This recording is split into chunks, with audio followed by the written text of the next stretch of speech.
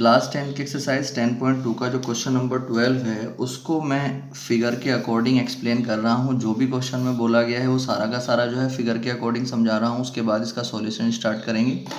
देखिए क्वेश्चन में हमसे बोला गया है कि एक ABC एक ट्राइंगल है, ठीक है। इस ABC ट्राइंगल में एक सर्किल बना हुआ है। उस सर्किल की जो रेडियस है वो कितनी है, 4 सेंटीमीटर है। हमसे आगे बोला गया है कि एक BC लाइन है ट्राइंगल की जो D पॉइंट से जो है डिवाइड हो रही है, ठीक है। और जो इसका BD पोर्शन है वो 8 सेंटीमीटर है और जो इसका CD पोर्शन है वो कितना है, 6 सेंटीमीटर का है, ठीक। तो हमें फाइंड करना है ये जो AB है इसकी पूरी की लेंथ हमें फाइंड करनी है और जो AC है इसकी लेंथ हमें फाइंड करनी है, ठीक है। तो देखिए सबसे पहला काम क्या कर लेते हैं, जो चीज़ क्वेश्चन में हमें गिवन है हम उसको लिख लेते हैं। देखिए रेडियस हमें गिवन थी सर्किल की जो कि कितनी थी, 4 सेंटीमीटर, वो हमने यहाँ पर लिख लिया है। जो BD थी वो कितनी थी, 8 सेंटीमीटर। जो CD थी वो 6 सेंटीमीटर थी। अब हमें AB और AC यहाँ पर फाइंड करना है, ठीक है। अब देखिए एक चीज़ आप को मालूम है कि अगर कभी भी कोई भी एक सर्किल होता है और उस सर्किल पर किसी भी बाहर के पॉइंट से कोई अगर टेंजेंट खींची जाती हैं, ठीक है, टेंजेंट खींची जाती हैं तो वो दोनों की दोनों टेंजेंट्स क्या होती हैं, इक्वल होती हैं। तो अब अगर मैं देखता हूँ पॉइंट C को, तो इस पॉइंट C से जो है अगर मान लीजिए मैं इस पॉइंट को P मान लेता हूँ और इस कॉन्टेक्ट पॉइंट को मैं Q मान लेता हूँ, तो आप यहाँ पर ये देख पा रहे होंगे जो CD है और जो CP है वो C पॉइंट से खींची जाने वाली टेंजेंट्स हैं इस सर्किल पर। तो जितनी CD होगी उतनी ही CP होगी, ठीक है। तो मैं इसको 6 सेंटीमीटर लिख सकता हूँ यहाँ से यहाँ तक। दूसरा, इसी तरीके से अगर मैं B पॉइंट के लिए बात करता हूँ तो जो B पॉइंट है ये Q इसका कॉन्टैक्ट पॉइंट है जहाँ पर इस सर्किल को टच कर रहा है। तो जितनी BD होगी उतनी ही BQ होगी। ये कितनी हो जाएगी, 8 सेंटीमीटर यहाँ से यहाँ तक। अब देखिए हमें जो निकालना है, हमें पूरी AC निकालनी है और AB निकालनी है। तो हम AB बड़ी आसानी के साथ निकाल सकते हैं अगर हमें अगर AQ मालूम हो जाता है, और हम AC बड़ी आसानी के साथ निकाल सकते हैं अगर हमें AP मालूम हो जाता है, ठीक है। तो हम क्या करेंगे, इस AQ को X मानेंगे। इसको हमने X मीटर लेट कर लिया यहाँ पर, ठीक। अब एक चीज़ और देखें आप, जब A पॉइंट से जो है टेंजेंट खींची गई है यहाँ पर और टेंजेंट खींची गई है यहाँ पर, तो जितनी ये होगी उतनी ही AP होगी। तो ये भी कितना हो जाएगा, X मीटर हो जाएगा। सॉरी, सेंटीमीटर में चल रहा है यूनिट, सेंटीमीटर हो जाएगा, ठीक है।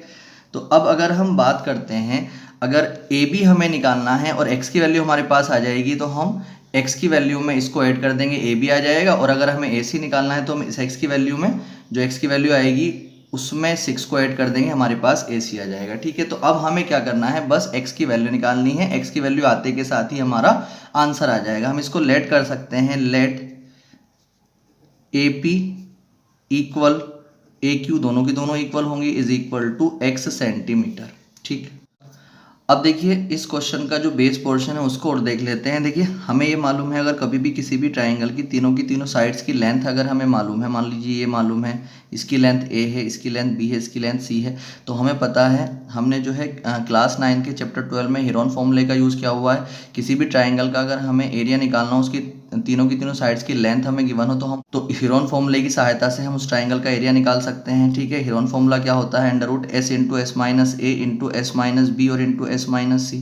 इसी तरीके से अगर हमें कभी भी किसी भी ट्राइंगल का हाइट मालूम हो और बेस मालूम हो, तो हम उसका एरिया हाफ इंटू बेस और इंटू हाइट से भी निकाल सकते हैं। तो इन दोनों चीज़ों का हम यहाँ पर यूज़ करेंगे।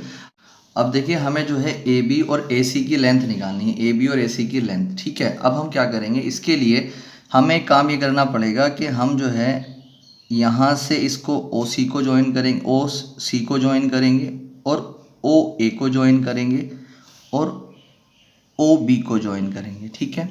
और हम जो है यहाँ पर इस OQ को भी ज्वाइन कर लेंगे और OP को भी ज्वाइन कर लेंगे, ठीक है। अब आप यहाँ पर देख पा रहे होंगे कि एक तो ट्राइंगल ABC है, दूसरा एक ट्राइंगल BOCB बन रहा है, एक ट्राइंगल AOCB बन रहा है और एक ट्राइंगल AOBB बन रहा है, ठीक। अब हम क्या करेंगे, अब हम यहाँ पर ABC ट्राइंगल के लिए हेरोन्स फॉर्मूले का यूज़ करेंगे। और हेरोन्स फॉर्मूले के लिए हमें क्या मालूम होना चाहिए, तीनों की तीनों साइड्स की लेंथ मालूम होनी चाहिए, ठीक है। तो हम यहाँ पर बात करेंगे फॉर ट्राइंगल ABC। जब ABC ट्राइंगल के लिए बात करेंगे हम, तो जो इसकी AC साइड है, AC को हम A ले सकते हैं। AC साइड कैसे निकलेगी इसकी, 6 प्लस एक्स करके निकलेगी, 6 प्लस एक्स। इसी तरीके से जो इसकी BC साइड है, जो इसकी AB साइड है, AB को आप B मान सकते हैं। यहाँ पर जो AB हो जाएगी वो कितनी हो जाएगी, 6 प्लस 8 प्लस 6, तो 8 प्लस एक्स।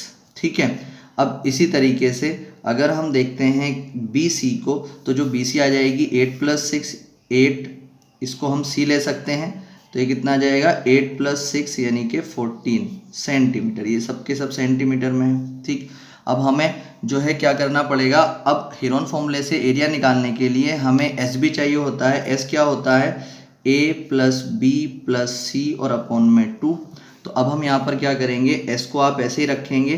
A कितना था हमारे पास 6 प्लस एक्स, और प्लस B कितना था हमारे पास 8 प्लस एक्स, और प्लस C कितना था हमारे पास 14, और अपॉन में कितना था 2। तो S इज इक्वल टू, तो 6 और 8 कितना हो जाएगा 14, और 14 28, और प्लस के x और x कितने हो जाएंगे 2x, और अपॉन में कितना आ जाएगा 2। जब यहाँ से हम s की वैल्यू निकालेंगे तो s आ जाएगा 2, और 28 में से अगर हम कॉमन निकालते हैं तो 2 कॉमन आ जाएगा। यहाँ पर 14 और प्लस में x और अपॉन में कितना आ जाएगा 2, 2 से 2 खत्म हो जाएगा, s की वैल्यू आ जाएगी 14 प्लस x। अब हमने यहाँ पर ये देखा कि हमारे पास a की वैल्यू भी है, b की वैल्यू भी है, c की वैल्यू भी है, s की वैल्यू भी है। अब हम क्या कर सकते हैं, जो हेरोन फॉर्मूला है हम उसको अप्लाई यहाँ पर कर सकते हैं। ठीक है, तो अब जो है, अब क्या करेंगे, हम यहाँ पर लिखेंगे the area of triangle ABC। ठीक है, हम एक बार इसके इक्वल में यही चीज़ लिखेंगे, the area of triangle ABC। ठीक, अब एक चीज़ देखें आप, द एरिया ऑफ ट्राइंगल यहाँ पे लिखा हुआ है, तो मैं यहाँ पर हेरोन फॉर्मूला लगा सकता हूँ। हेरोन फॉर्मूला क्या हो जाएगा, under root S into S minus A into S minus B और into S minus C is equal to. अब अगर हम बात करते हैं इस ट्राइंगल की, इसमें मैंने हेरोन फॉर्मूला लगा दिया है यहाँ पर। अब अगर मैं ABC ट्राइंगल के एरिया को तोड़ना चाहूँ किन ट्राइंगल्स में, अगर इस ABC को अगर मैं तोड़ना चाहूँ कि AOC plus COB plus BOA, तो इन तीनों पोर्शन को मिला करके AOC और COB और BOA, इन तीनों ट्राइंगल्स को मिलाकर के भी तो ABC ट्राइंगल बन रहा है। ठीक है, तो हम यहाँ पर क्या करेंगे, हम यहाँ पर लिखेंगे एरिया ऑफ ABC का जो एरिया होगा वो area of AOC plus area of COB और प्लस एरिया ऑफ BOA, इसके इक्वल हो जाएगा। ठीक है, अब हम इसको आगे नेक्स्ट पेज पर स्टार्ट करते हैं। अब देखिए सॉल्यूशन जो है हमारे पास यहाँ तक आ चुका है। अब हम क्या करेंगे, s की वैल्यू रखेंगे। s हमारे पास कितना था, s हमारे पास था 14 प्लस एक्स, तो यहाँ पर कितना आ जाएगा, ये 14 प्लस एक्स इंटू s कितना था, अगेन 14 प्लस एक्स था, तो माइनस का साइन था। अब a की वैल्यू यहाँ पर रखेंगे, a हमारे पास कितना है 6 प्लस एक्स। अब जब 6 प्लस एक्स से पहले माइनस है तो यहाँ पे जब माइनस है तो अंदर के साइन चेंज हो जाएंगे, 6 भी माइनस का हो जाएगा, x भी माइनस का हो जाएगा। ब्रैकेट s की वैल्यू कितनी थी 14 प्लस एक्स और माइनस b कितना था हमारे पास, b की वैल्यू थी 8 प्लस एक्स, तो 8 और माइनस x आ जाएगा क्योंकि ब्रैकेट से पहले माइनस था वहाँ पर भी। फिर ब्रैकेट s कितना था हमारे पास 14 प्लस एक्स और माइनस c हमारे पास कितना था 14, तो यहाँ पर कितना हो जाएगा -14 इज इक्वल टू। अच्छा, अब AOC का एरिया हमें देखना है। देखिए AOC, अब मैंने आपको बताया था कि अगर कोई ट्राइंगल इस तरह का होता है कि उसमें अगर हमें परपेंडिकुलर मालूम हो, यानी कि उसकी हाइट मालूम हो और बेस मालूम हो, तो उसका एरिया हम half into base into height से निकालते हैं, बेस इंटू हाइट से निकालते हैं। ठीक है, तो अगर हम AOC को देखते हैं तो ये जो है ये इसका क्या है, ये हाइट है जो कि सर्किल की रेडियस भी है। तो जब ये 4 सेंटीमीटर है सर्किल की रेडियस, तो ये भी 4 सेंटीमीटर होगी और ये भी 4 सेंटीमीटर होगी। तो AOC की जो होगी ये तो हाइट होगी और ये क्या हो जाएगा, बेस हो जाएगा। तो अगर हम एरिया लगाते हैं इसका तो हाफ इंटू AC यानी कि बेस AC और मल्टीप्लाई में OP, तो यहाँ पर आ जाएगा area of AOC half into AC और मल्टीप्लाई में OP। ठीक है, अब इसी तरीके से अगर सी ओ बी का एरिया देखते हैं, सी ओ बी का एरिया देखते हैं तो बेस इसका बी सी है और जो हाइट हो जाएगी इसकी वो हो जाएगी ओ डी। तो यहाँ पर area of C O B is equal to, तो area of C O B half into base B C और मल्टीप्लाई कितना हो जाएगा ओ डी। ठीक है, जो इसकी हाइट थी वो ओ डी थी। इसी तरीके से जब हम बी ओ ए का एरिया निकालेंगे तो half into A B multiply O Q, तो प्लस में half into A B multiply O Q. ठीक, अब कुछ नहीं करना, बस इनकी वैल्यू रखनी है, कैलकुलेशन करना है इनमें और हमारे पास x की वैल्यू आ जाएगी। तो यहाँ पर इसको 14 प्लस एक्स को आप ऐसे ही रखें। देखिए माइनस एक्स से प्लस एक्स खत्म, 14 में से 6 माइनस हो जाएगा तो कितना बचेगा 8 और मल्टीप्लाई प्लस एक्स से माइनस एक्स खत्म, 14 में से 8 जाएगा तो 6 बचेगा, मल्टीप्लाई 14 से 14 खत्म आ जाएगा, यहाँ पर आ जाएगा x। तो ये हाफ ऐसे ही रखेंगे आप। AC जो था, AC हमारे पास कितना था, AC हमारे पास था 6 प्लस एक्स, तो यहाँ पर आ जाएगा 6 प्लस एक्स और मल्टीप्लाई OP कितना था, ये रेडियस थी OP, OQ और OD, तो ये 4 सेंटीमीटर ही है, तो यहाँ पर आ जाएगा 4 प्लस हाफ इंटू जो ये था हमारे पास BC, तो ये हमारे पास क्या था BC था। ठीक है, तो BC कितना था हमारे पास 8 और 6 14, तो यहाँ पर आ जाएगा 14 और मल्टीप्लाई OD कितना था 4 प्लस हाफ इंटू AB कितना था हमारे पास x प्लस